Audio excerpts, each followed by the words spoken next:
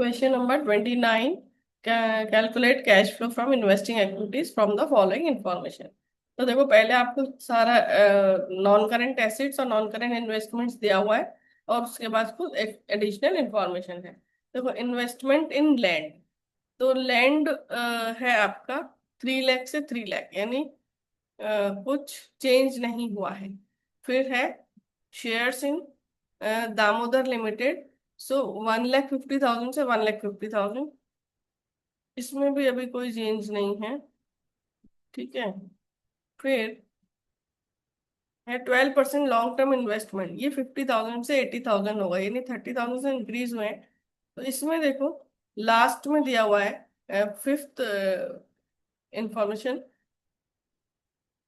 Point number fifth, during the year 12% investments were purchased for 1 lakh and some investments were sold at a profit of 10,000। सो देखो, 50,000 का था, और उन्होंने उसमें बोला 1 लाख का और परचेज कर लिया, तो हो गया 1,80,000। यहाँ पर हम देखेंगे, हमारे 12% इन्वेस्टमेंट थे जो 50,000 के थे स्टार्टिंग में, हमने और उसको परचेज किया है 1 लाख से, तो हो गए 1,50,000। अब वो रह गए हैं 80,000 के, है ना। क्लोजिंग बैलेंस, क्लोजिंग इन्वेंट्री 80,000, यानी 70,000 के आपके सेल हुए। ठीक है। तो पहले हम लिखेंगे 12% long term investment.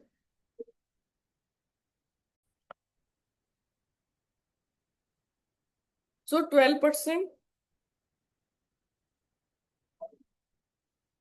Long term investment purchased. जो आपने परचेज किया वो 1 लाख का था, और उसको हम बोलेंगे आउटफ्लो। फिर 12% लॉन्ग टर्म इन्वेस्टमेंट सोल्ड। तो उसकी जो बुक वैल्यू थी वो 70,000 थी, प्लस आपने 10,000 के प्रॉफिट पर उसको सेल किया है। सो 80,000 आया आपका सेल प्रोसीड, जो कि आपका इनफ्लो है। ठीक है। उसके बाद है प्लांट एंड मशीनरी, जिसकी ओपनिंग वैल्यू 6 लाख और क्लोजिंग 7,50,000। और इसके साथ देखो, एक्यूमुलेटेड डेप्रिसिएशन का अकाउंट नहीं है, तो ये WDV पे है। ठीक है। तो 6 लाख का ओपनिंग एंड 7,50,000 का क्लोजिंग। ठीक है। उसके बाद इसमें और क्या दिया हुआ है हमें, प्लांट एंड मशीनरी से रिलेटेड, कि machine costing 80,000, depreciation provided on 30,000। आप देखो, मशीन का कॉस्ट था 80,000, उस पर डेप्रिसिएशन लगा 30,000, तो WDV क्या आ गई? WDV यानी बुक वैल्यू 50,000, बुक्स में 50,000, सोल्ड 35,000।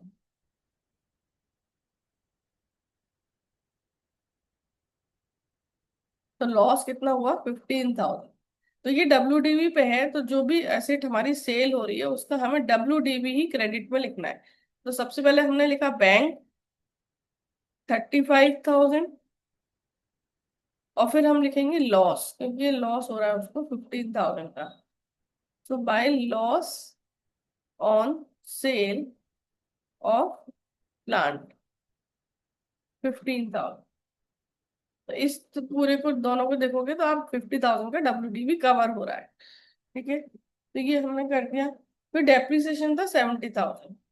सो बाय डेप्रिसिएशन करंट ईयर का 70,000। अब हम इसका टोटल करेंगे।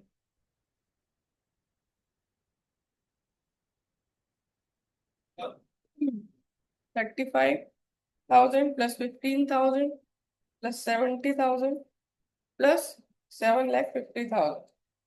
सो 8,70,000 माइनस 6 लाख, सो 2,70,000 आ जाएगा डेबिट में टू बैंक। इसको हम बोल देंगे बैलेंसिंग फिगर।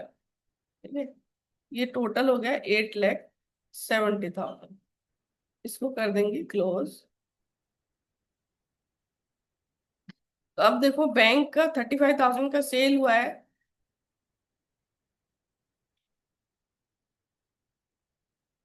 तो sale of plant and machinery 35,000,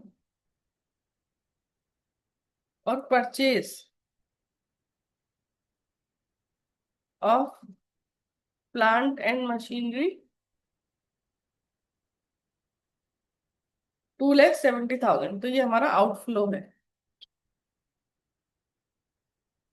ठीक है, इसके बाद पेटेंट्स हैं। देखो पेटेंट्स के 1 लाख के थे, अभी 70,000 के रह गए। लेकिन पेटेंट्स के लिए उसने बोला 20,000। देखो जैसे पेटेंट्स थे हमारे, पेटेंट्स थे 1 लाख, इसमें से राइट ऑफ हो गए 20,000। तो बचे कितने, 80,000। उसमें भी उसने बोला कि सम पेटेंट्स वर सोल्ड। तो आज की जो बुक वैल्यू है वो है 70,000, है ना, क्लोजिंग। इसका मतलब 10,000 कहाँ गए, वो सेल हो गए at a profit of 10,000। So patent, sale of patent.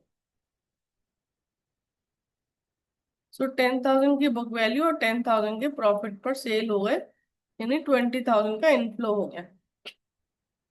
फिर है गुडविल। गुडविल था 1 लाख, अब हो गया 1,50,000। सो गुडविल आपने परचेज किया है। यदि गुडविल इंक्रीज होता है तो परचेज, और डिक्रीज होता है तो राइट ऑफ। परचेज हो रहा है तो इन्वेस्टिंग में आएगा, राइट ऑफ हो रहा है तो ऑपरेटिंग में आता है। सो 50,000। ठीक है, अब देखो एक फर्स्ट में लिखा है point number 1, a piece of land was purchased as an investment out of surplus, it was let out for commercial purpose and rent received 20,000। तो ये भी हमारा इन्वेस्टिंग एक्टिविटी है। Rent received 20,000, inflow of cash. फिर है dividend receive from Damodar limited. तो dividend यदि investment से रिसीव हो रहा है तो वो भी हमारा इन्वेस्टिंग एक्टिविटी है। दामोदर लिमिटेड से 12%, 1,50,000 का 12%, 18,000।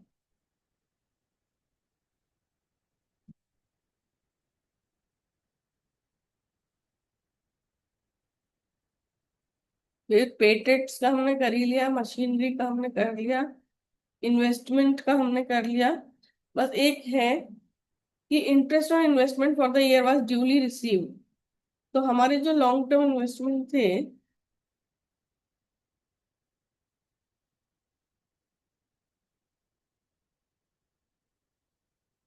उस पर हमें कितना मिला है,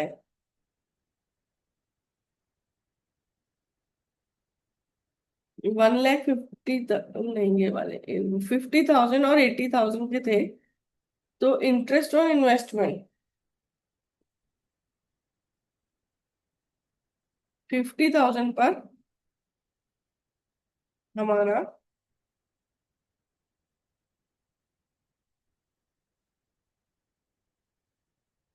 देखो इसमें क्या लिखा है फिफ्थ पॉइंट में, during the year 12% investment were purchase and some investment were sold at a profit of 10,000। तो जो इसने परचेज या सेल किया है पॉइंट नंबर फिफ्थ में, उसका कुछ डेट नहीं दिया है। तो हम उसको ऐसा एज्यूम कर रहे हैं कि 31 मार्च 2025 में उसने ये सब सेल परचेज किया होगा, और हम अपना 12% का जो इंटरेस्ट है वो 50,000 पर ले रहे हैं। So interest of 12% long term investment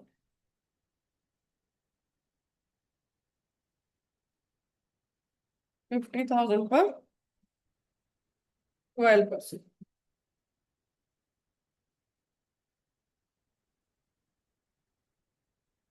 6,000। अब हम इस सबको प्लस माइनस कर लेते हैं।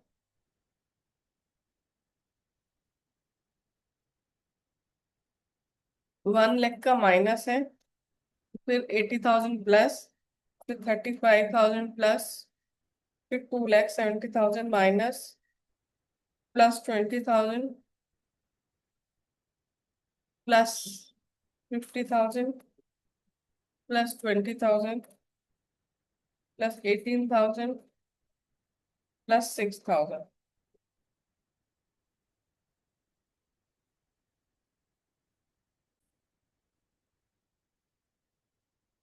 देखो गुडविल ये हमने परचेज की थी तो ये हमारा आउटफ्लो था, ठीक है।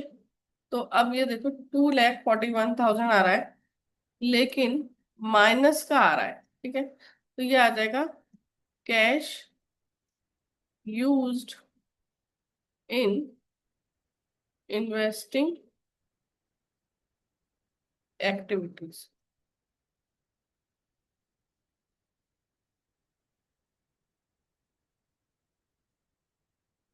Question done.